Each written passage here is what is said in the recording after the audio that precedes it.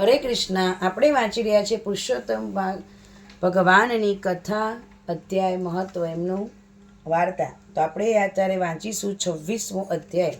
તો આપણે આગળ જેને ના વાંચ્યા હોય, જેને ના સાંભળ્યું હોય, તો મારા માધવ લિંકમાં છે આગળની બધી જ કથા, અધ્યાયની બધી, તો તમે વાંચી શકો છો, સાંભળી શકો છો. તો અધ્યાય 26મો. સુતજી બોલ્યા, ઋષિમુનિએ પછી પુરુષોત્તમ માસમાં કરેલા નિયમો છોડવા એ વિશે પૂછવા વાલ્મીકીએ કહ્યું કે આ માસમાં ભોજન કરનારને બ્રાહ્મણ જમાડવા અયાચિત વ્રત કર્યું હોય તો તેણે સોનાનું દાન કરવું અને ઉપોષણ કરી અમાવસને દહાડે જનારને દક્ષિણા સહિત ગાય આપી, ફળોના નિયમવાળાએ ફળ આપવા, તેલને એક ઠેકાણે ઘી આપવું અને ઘીને એક ઠેકાણે દૂધ આપવું, અને ઘઉંનો નિયમવાળાએ ચોખા આપવા અને જમી પર સુનારે સૈયા દેવી, મૌન વ્રતવાળાએ સોના સહિત ઘંટા તલ આપવા અને તેને સ્ત્રી પુરુષને જમાડવા, નખ અને કેશ રાખનારને અરીસો દેવો, જોડાને ત્યાગ કરનારને જોડા દેવા, મીઠાનો ત્યાગ કરનારને જુદા જુદા રસ્તો દેવા, દીવાનું દાન કરનારને ત્રાંબાનું કોડિયું દેવું, એકાંતર ઉપવાસવાળાએ 8 માટીના સોનાના ઘડા વસ્ત્ર સાથે દેવા, માસની સપ્તાહીમાં જોડાને 30 લાડવા અને વળદ બ્રાહ્મણને આપવા, અને અતિથિ સેવનાર 4 ભુજાવાળા થઈ ઉત્તમ ગતિને પામે છે, એક વખત જમવાથી મોક્ષ પામે છે, અધિક વાસમાં રાતે જાગનારને મનધાર્યું મન મળે છે, અને તેમાં બ્રહ્મ અત્યાદિ પાપોનો નાશ થાય છે, અને અશ્વમેઘના ફળ આપે છે. આ માસમાં અડદનો ત્યાગ કરવો. જો બ્રાહ્મણ ધાણી ફેરવે તો તલની સંખ્યા જેટલા વર્ષો રવ નરકમાં થાય છે. અજવાળી અને અંધારી પક્ષની એકાદશીનો ઉપવાસ કરનાર વૈકુંઠમાં જાય છે, અને દસમ અને બારસે એક ટંક ભૂખ્યા રહેનાર સ્વર્ગને પામે છે.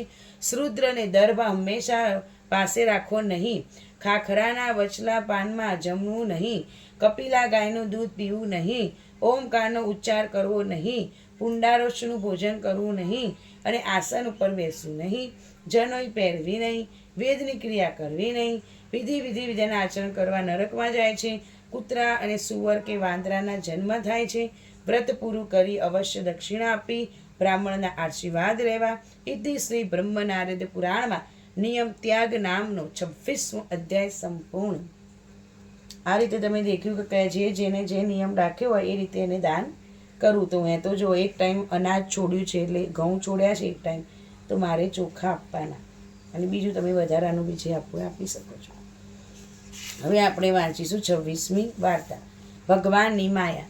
કાશ્મીરમાં ધર્મશર્મા નામે એક વિદ્વાન બ્રાહ્મણ રહેતો હતો. તેની પત્ની સુશીલા પણ સદગુણી અને ધર્મમાં રાચીપચી હતી. બંને સંતોષે જીવ ગુજરતા હતા. બંને શકે ત્યાં સુધી કોઈનું ભલું કરી છૂટતા અને પરનિંદા દૂર રહેતા. બ્રાહ્મણીને સુખમાં સંતાનની ખામી હતી. તેઓએ વૃદ્ધ અવસ્થાએ હવે વાર ન લાગી. ત્યાં તો ભગવાને એમના સામે જોયું, અને બ્રાહ્મણી એક દિવસ જોડકા પુત્રને જન્મ આપ્યો.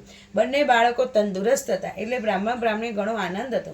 બાળકોનું સારી પેટે પાલન કરવા લાગ્યા. જ્યારે બાળકનું સારી પેટે પાલન કરવા લાગ્યા ત્યારે બાળકો 5 વર્ષના થઈને એકાએક માંદા પડી ગયા.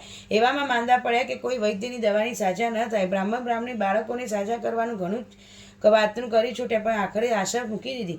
એવામાં બ્રાહ્મણે સાંભળ્યું કે રાજા રાજ જ્યોતિષી વૈદરાજ વિદ્વાન છે, એમની સલાહ માંગવા આપે તો કદાચ રસ્તો મળે. તો બ્રાહ્મણી રાજ દરબારમાં ગયા અને લણીને રાજાને નમન કરી કહેવા લાગે, મહારાજ, મારા 2 દીકરા બહુ જ માંદા છે, ઘણો ઉપાય કરવા છતાં સાજા થતા નથી, તો રાજવૈદ્યને કહો ને કે તે ઈલાજ કરે. એવામાં માલવ મુનિ વધાર્યા. બધાને મનમાં થયું કે રાજાએ વિચાર કર્યું કે ગાલવ મુનિ મહાજ્ઞાની છે, તેઓ કંઈ રસ્તો બતાવશે.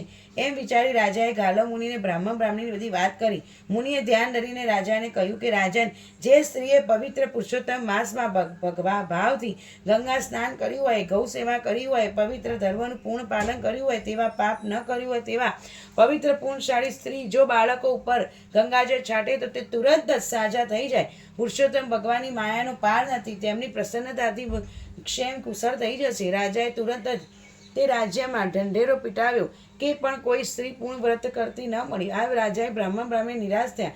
રાજ્યના માત્ર એક પીલડી પવિત્રતા ધર્મપરાયણ હતી. તે જંગલમાં એક ખેડૂતના મોઢેથી રાજાને ઢંઢેરો સાંભળ્યો, અને બ્રાહ્મણની છોકરાઓને સાજા કરવા રાજ દરબારમાં દોડી આવી. માથે લાકડાનો ભારો મૂકી તેની ચાલતા કયું શ્રમ પડ્યો હતો.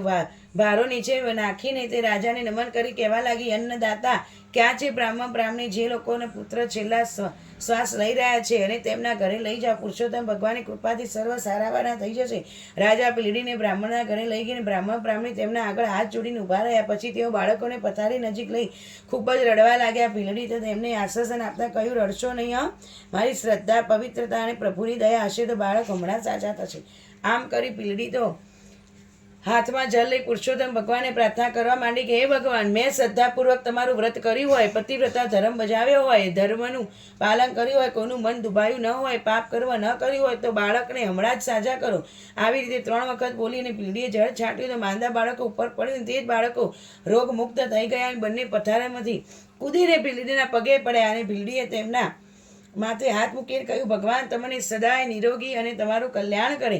રાજા ચમત્કાર જોઈ આખો આભોત બની ગયો. તેણે પણ પીલડીને પગે પડ્યો. બ્રાહ્મણી પણ પગે પડ્યા. પીલડીએ બધાને આશીર્વાદ આપ્યા અને રાજાને ધન્યવાદ આપ્યા અને 500 સોનામાં ભેટ આપી. રાજાએ તેમને ખુશ કર્યા. આ ખબર આખા નગરમાં પહોંચી ગઈ. પુરુષોત્તમ માસનો મહિમા સમજાવ્યો અને ભાવિક સ્ત્રી પુરુષો આ વ્રત કરવાનો સંકલ્પ કર્યો. રાજા, રાણી, બ્રાહ્મણીને પણ આ વ્રત કરવાનું નિયમ લીધું અને પુરુષોત્તમ ભગવાનને સનું કલ્યાણ કર્યું. પીલડીના પવિત્ર ધર્મનો વિજય થયો. પુરુષોત્તમ ભગવાનની પ્રસન્નતાથી તેને સારું એવું ધન મળ્યું. તેથી પોતાના કુટુંબ સાથે સુખરૂપી દિવસો પસાર કરવા લાગી અને ધર્મ ધ્યાન કરવા લાગી અને વૈકુંઠ વાસ થયો.